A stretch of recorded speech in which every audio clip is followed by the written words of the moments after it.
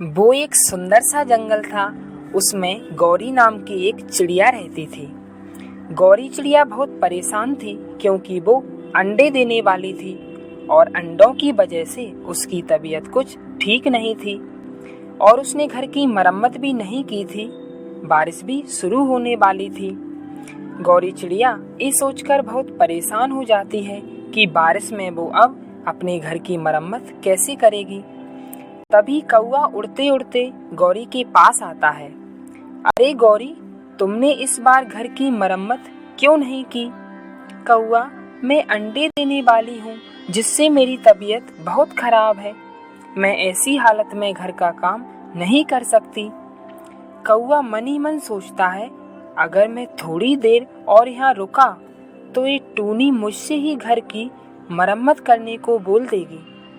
अरे गौरी, मुझे एक जरूरी काम याद आ गया, मैं तुम्हें बाद में मिलता हूँ। ठीक है कौवा।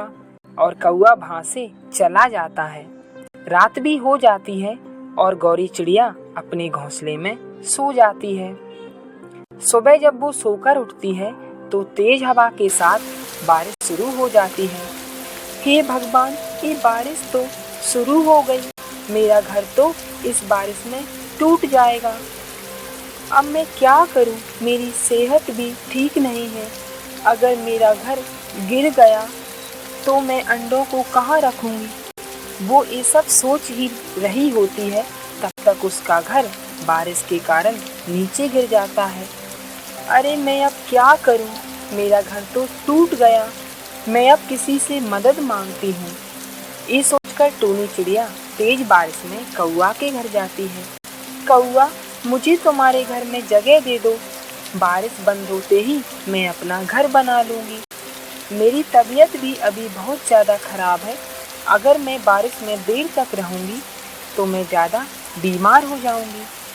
कौवा सोचता है, अगर मैंने इसे अपने घर में जगह दे दी तो ये मेरे घर में ही अंडे दे देगी और मेरे घर में रहने लगेगी।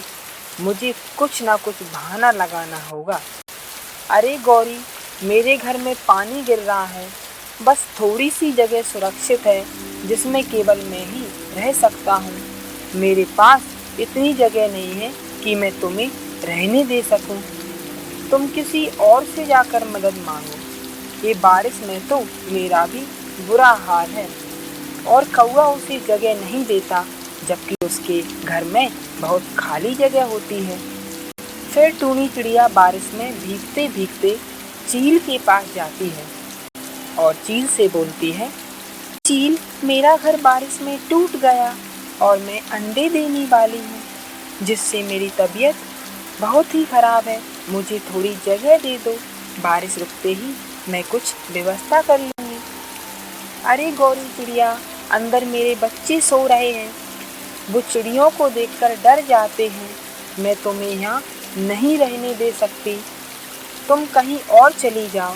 चील की ऐसी बातें सुनकर गौरी उड़ते उड़ते बुलबुल कबूतर के पास जाती है। बुलबुल बहन, मुझे थोड़ी जगह दे दो। मेरा घर बारिश में टूट गया। मेरी हालत अंडों की वजह से बहुत खराब है। ठीक है गौरी, मैं तुम्हें जगह तो दे दूँगी, पर तुम्हें अंडे देने के बाद मेरा घर छोड़कर जाना होगा। ठीक है बुलबुल। और गौरी बुलबुल के घर में आराम करने लगती है। कुछ देर बाद गौरी अंडे देती है। अंडों को देखकर बुलबुल बोलती है, गौरी, अब तुम जाओ मेरे घर से। अरे बुलबुल, मैं अब इस बारिश में अंडों को लेकर कहाँ जाऊँ? मुझे क्या पता गौरी, मैंने तुमसे पहले ही बोला था कि अंडे देने के बाद यहाँ से चली जाना। गौरी चिड़िया बारिश में अंडों को लेकर चली जाती है। वो एक पेड़ पर अंडे रखकर बारिश में भीग रही होती है। हे भगवान, मेरी मदद करो। ये बारिश में तो मेरा बुरा हाल हो रहा है। तभी गौरी की नज़र पेड़ पर रखे एक बड़े से सेब पर पड़ती है और वो सेब के अंदर अपना घर बना लेती है और उसमें रहने लगती है। इधर तेज बारिश के कारण कौवा का घर टूट जाता है। और वो बारिश में भीग रहा होता है।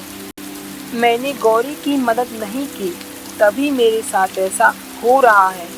वो उड़ते उड़ते जा रहा होता है, तभी उसे सेब का घर दिखाई देता है। वो उसके पास आता है, उसे वहाँ गौरी चिड़िया दिखाई देती है। अरे गौरी, ये तुम्हारा घर है क्या? तुमने ये घर कैसे बनाया?